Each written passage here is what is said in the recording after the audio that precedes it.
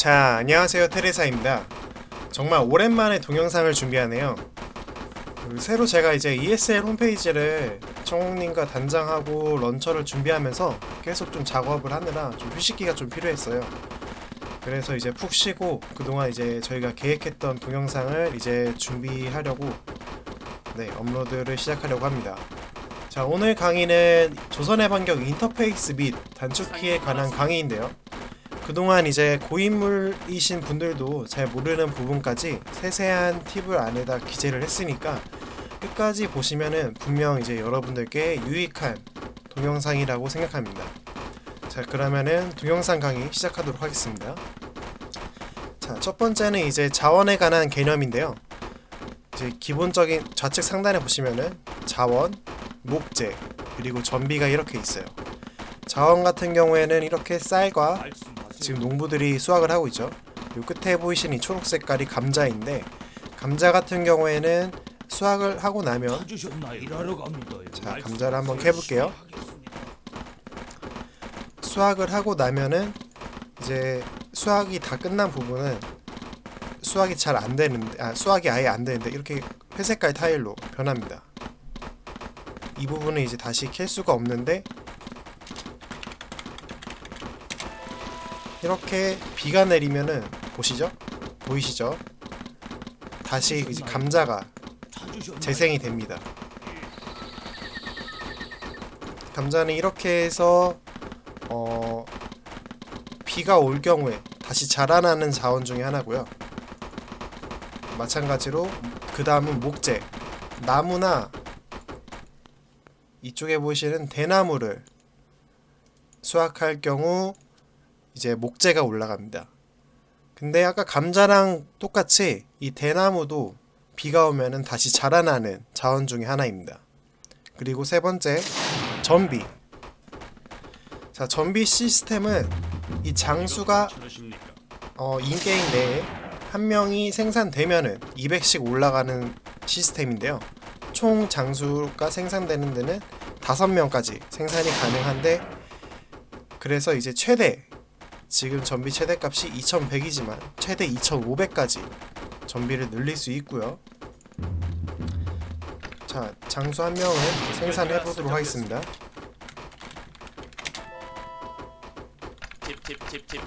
집결지가 설정됐습니다. 연구가 완료됐습니다.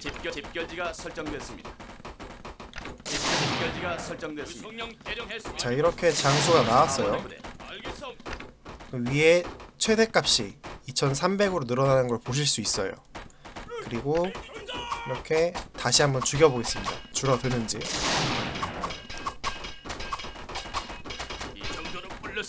그렇죠. 이렇게 상단에 최대 전비값이 2100으로 줄어드는 걸 보실 수 있고요. 장수는 이렇게 사망하면서 이 550이라는 쿨타임이 있어요. 이거는 이제 후반부 먼저 이제 자원에 관한 부분을 다 안내를 해드리고 그 다음에 자세하게 알려드리도록 하겠습니다. 자, 자원에 관한 부분은 여기까지 설명을 해드리고요. 그 다음은 여기 보이시는 이 방앗간, 조선 방앗간이라고 보이죠? 방앗간 시스템에 대해서 알려드릴 건데, 일본과 명의 경우는 시장이라는 건물 명칭이 존재하고요. 조선 같은 경우에는 이제 그 방앗간이라는 명칭이 있는데, 지금 보이시면은 모든 농부들이 자원을 수확하면은 이 방앗간에 넣는 거를 알 수 있어요. 근데 이 방앗간을 한번 해제해 보겠습니다.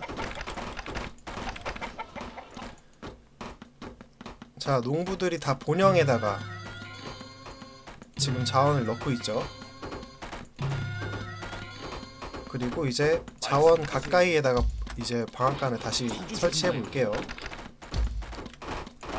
건설이 완료됐습니다. 자, 다시 방앗간에다가 자원을 넣고 있습니다. 자, 방앗간 안에는 자원가치 향상이라는 연구가 존재하는데요.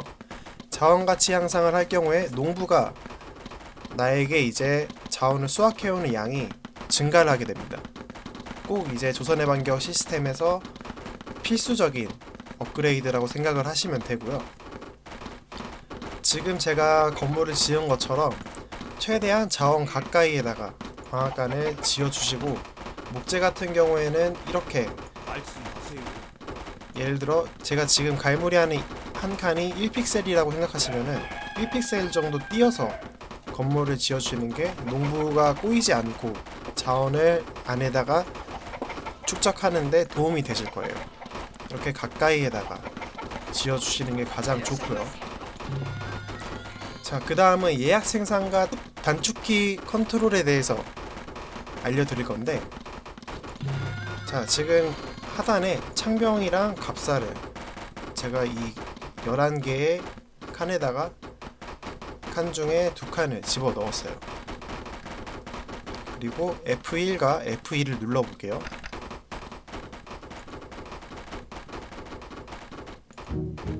자, 이렇게 자동으로 F1, 2를 눌렀는데 자동으로 병력이 나왔습니다.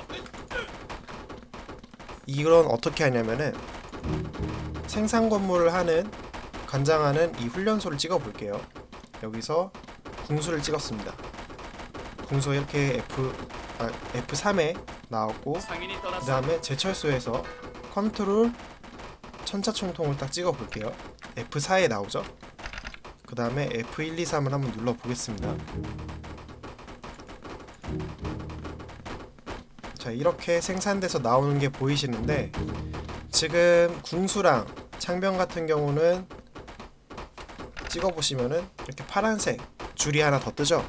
이거는 같은 건물에서 두 유닛을 함께 예약 단축키에다가 넣어서 이렇게 나오는 건데, 가급적이면은 한 건물에 두 유닛을 예약 생산 단축키에다가 하시는 걸 권장하진 않아요. 다 따로따로 하시는 걸 추천드리고요. 그 다음에 여기서 지우는 방법, 똑같이 컨트롤 누르시고 이렇게 지우시면 됩니다. 다시 추가하실 때는 이렇게, 이거는 농부도 집결지가 가능하고요. 설정됐습니다. 장수나 연구 같은 거는 이 안에 넣을 수 없으니 유의를 해주시고요. 자, 그 다음은 예약 명령에 대한 컨트롤인데요. 자, 농부 하나를 드래그 해볼게요. 자,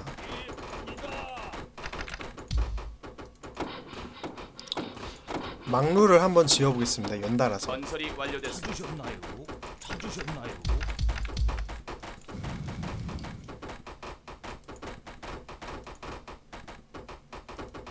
지금 저는 아무것도 손을 대지 않고 있죠. 한 개, 건설이 두 개. 완료됐습니다. 세 개. 자, 이건 어떻게 하냐? 건설이 완료됐습니다. 농부를 갈무리해요. 컨트롤을 누르고 이제 그 X 두 번째 건물을 딱 눌러주면서 T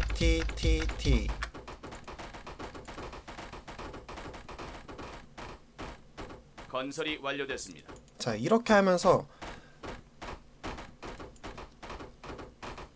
명령을 딱 실행해 건설이 주면은 완료됐습니다. 농부가 알아서 제가 클릭한 숫자마다 이제 이렇게 건설을 건설이 완료됐습니다. 알아서 해주는 시스템인데요. 보통 이런 경우는 어떨 때 쓰이냐? 예를 들어 건설이 확장을 가요. 완료됐습니다. 적의 공격을 받고 있습니다. 확장을 가서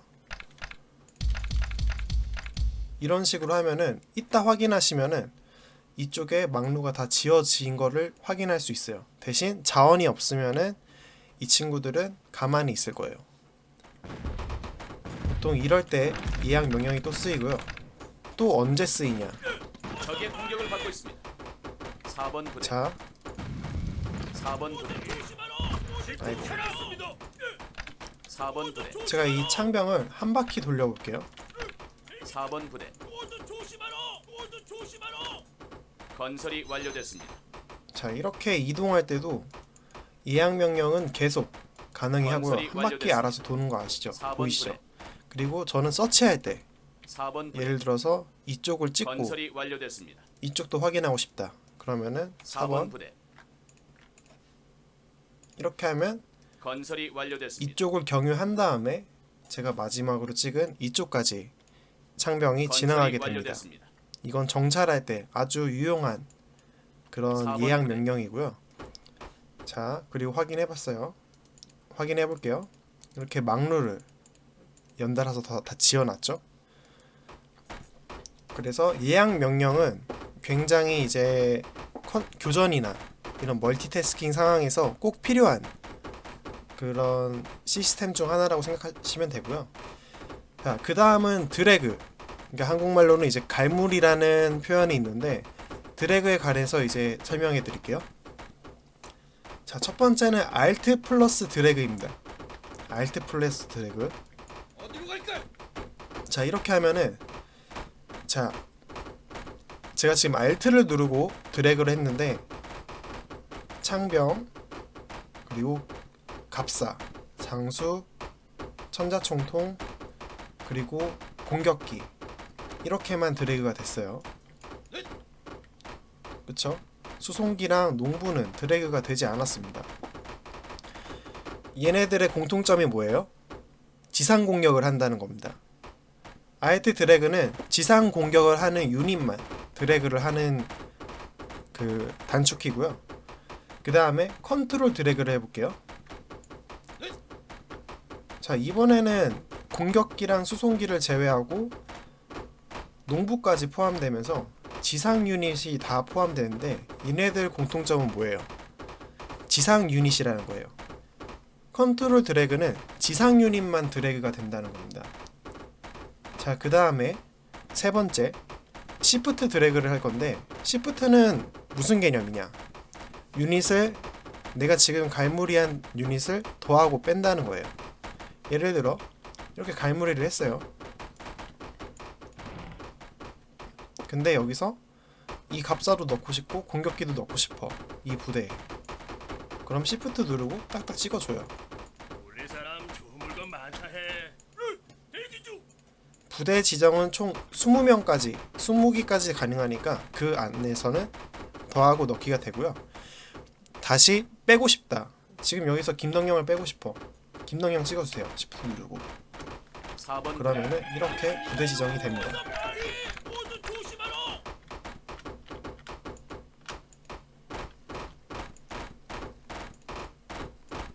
자, 이렇게 또 뺄 수도 있고요.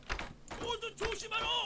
자, 그 다음은 정말 이제 고인물 분들도 잘 모르시는 건데 Alt 플러스 컨트롤 그 다음에 드래그를 하시면은 지상의 공격 유닛만 드래그가 가능합니다. 해볼게요.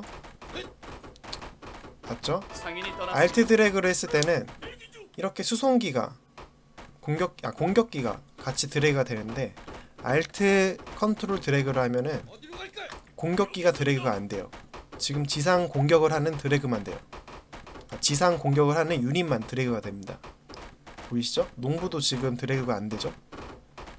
이렇게 해서 전투 중에 있는 드래그는 다 지금 보여드렸는데 자,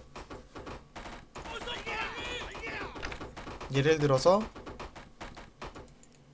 이 멀리 있는 친구 얘도 같이 드래그를 하고 싶다. 4번 부대. 그럴 경우에는 얘한테 먼저 부대를 지정해주세요. 1버튼을 하실 때는 4번 하고 시프트로 드래그 딱 한 다음에 4번 하면은 4번 부대. 얘네와 얘네의 이 친구들의 4번 부대. 그 평균 거리에서 딱 50%가 되는 지점에 지금 화면이 딱 나옵니다. 부대 4번을 딱 누르면 그러면은 이렇게 애들이 뭉치고요. 자, 여기서 우클릭 2버튼 플레이를 하시는 분들은 어떻게 하냐? 4번 부대. 이 버튼은 장점이 뭐냐면은 이 미니맵을 좌클릭으로 찍을 수 있어요. 1버튼은 우클릭 한다고 해서 이 미니맵이 찍어지지 않아요. 근데 4번 부대. 이럴 경우에는 2버튼 분들은 좀 더 이런 플레이를 하기가 편하죠. 4번 부대 하고 자, 여기 농부랑 같이 4번 하면 4번 부대. 상인이 자, 떠났습니다. 이렇게 바로 됩니다. 또 4번 4번 부대. 바로 이렇게 이용하기가 편한 게 이 버튼은 이런 그 플레이를 하기가 되게 좀 편해요. 그래서 마우스 버튼도 자기가 좀 편하는 쪽으로 플레이를 해주시면 되고요. 1버튼의 경우는 다시 말씀드리다시피 좌클릭만 지금 미니맵이 찍히고 우클릭은 미니맵을 아무리 찍어도 안 먹혀요. 그렇기 때문에 4번 부대. 항상 부대 지정을 해주신 4번 다음에 화면 4번 이동하시고 다시 한번 이 명령을 주셔야 돼요. 4번 부대. 아시겠죠? 자, 그 다음은 이제 부활에 관한 장수 부활에 관한 건데, 아까 전에 유성룡이 죽어서 지금 쿨타임이 552가 있어요. 저를 한번 지어볼게요. 4번 5번 부대. 건설이 완료됐습니다. 열심히 하겠습니다. 자, 지금 멈춰있던 수치가 점점 줄어들고 있죠. 다른 국가에서는 이제 사원, 명사원, 일본 사원이 이 치료를 관장하는 곳이고요. 장수가 부활하려면은 절이나 사원이 무조건 필요합니다. 자, 마지막으로는 이제 격려. 조선의 반격에서 장수는 격려 효과를 가지고 있는데, 2번 부대. 자, 집결지가 설정됐습니다. 연구가 완료됐습니다.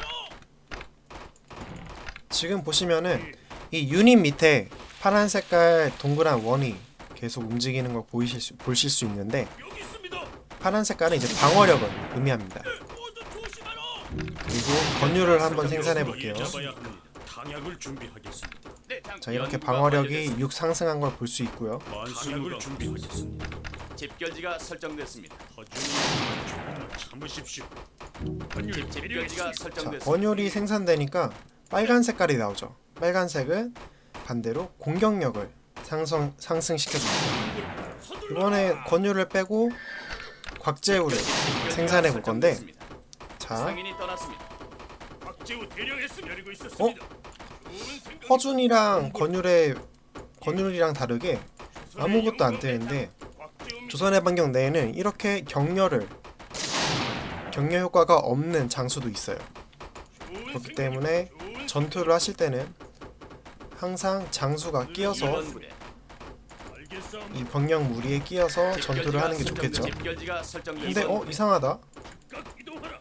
파란색 빨간색이 섞여서 나오네요. 조선의 영광을 2번 부대. 이럴 경우는 어떠냐? 명하십시오. 이제 이순신입니다.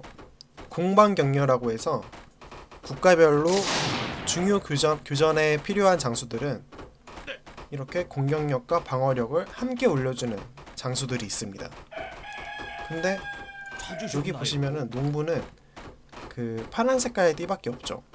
그럼 왜 그러냐? 농부가 공격력 수치를 갖고 있지 않기 때문이에요. 그리고 공중 유닛은 격려 효과에 영향을 받지 않습니다. 2번 그렇기 부대. 때문에 항상 교전 시에는 2번 영웅이 명하십시오. 이동하라. 이 알겠습니다. 상대한테 피격당하지 않는 거리에 이렇게 2번 배치를 항상 라인을 잡아주시는 게 중요하고요. 앞으로 가자. 모두 조심하라. 모두 조심하라. 따르겠습니다. 2번 부대. 자, 그 다음에는 이 격려 스탯이 보이죠? 이걸 좀 증가시켜 보겠습니다. 2번 부대. 이동하라. 집결지가 설정됐습니다. 이것 좀 보시라. 당약을 연구가 완료됐습니다. 이동하라. 오늘을 기다렸으니 이동하라. 자, 곽재우를 일단 죽이고 다 아이템에 추천되는 아이템을 좀 보여드릴게요. 기다리고 있었습니다. 집결지가 나 설정됐습니다. 그대에게 모두 드리리. 김시민 여기 대령했습니다. 김시민입니다. 알겠습니다. 목숨을 자, 지금 파하겠습니다. 김시민은 1번 부대. 방어력 격려만 있는 게 보이실 거예요. 김시민입니다. 근데 지금 6이 올라가죠. 1번 부대. 근데 여기서 용기린 갑옷, 부하 방어력 향상 40%가 있는 갑옷을 한번 끼워 보겠습니다. 상인이 떠났습니다. 자, 22%, 22의 수치가 올라갔죠. 방어력이 60이나 올라갔어요. 근데 먹지 마. 명령을 얘들아 서둘러라. 똑같이 권율한테 용기린 갑옷을 끼워 볼게요. 서둘러라. 여기 있습니다. 똑같이 갑옷을 끼워줬는데 이 친구는 방어력이 15밖에 안 올랐네요. 왜 그럴까요? 예. 그쵸? 그 격려 수치를 이 친구는 권율이란 장수는 공격력 격려를 갖고 있어서 공격력 격려에 대한 수치에 대해서 시너지가 있지만은 방어력 격려에 대한 시너지를 주려면은 이렇게 방어 격려를 가진 장수한테 용기린 갑옷을 끼워주는 게 좋습니다. 우리 사람 조물과 그럼 실전에서는 마차해. 어떤 장수가 좋냐? 알겠사옵니다. 이렇게 이순신 같이 공방 격려를 갖고 있는 친구한테 용기린 갑옷을 껴주는 게 좋고요. 혹은 알겠사옵니다. 이제 알겠사옵니다. 시킬 일이 있으시면 서둘러라. 지금은 조선이라 보여드릴 수 없는데 이여송 같은 경우 이렇게 방천하극을 껴주면은 부하 공격력 향상 40%라고 써있죠. 김시민은 방어 경력 장수이기 때문에 여기 있습니다. 공격력에 대해서는 큰 수치를 못 올려줘요. 근데 이여송이 착용할 경우에는 공격력에 대한 시너지가 이제 있다는 거예요. 그래서 김시민님 이렇게 알겠습니다. 갑옷을 껴줄 때도 알겠습니다. 목숨을 다하겠습니다. 교전에 힘을 김시민입니다. 실어주기 위해서는 목숨을 좀 다하겠습니다. 주의를 하셔서 알겠사옵니다. 아이템을 김시민입니다. 착용을 해주시면 됩니다. 자, 오늘 준비한 동영상은 여기까지고요. 다음에 또 다른 내용으로 이제 동영상 준비하도록 하겠습니다. 감사합니다.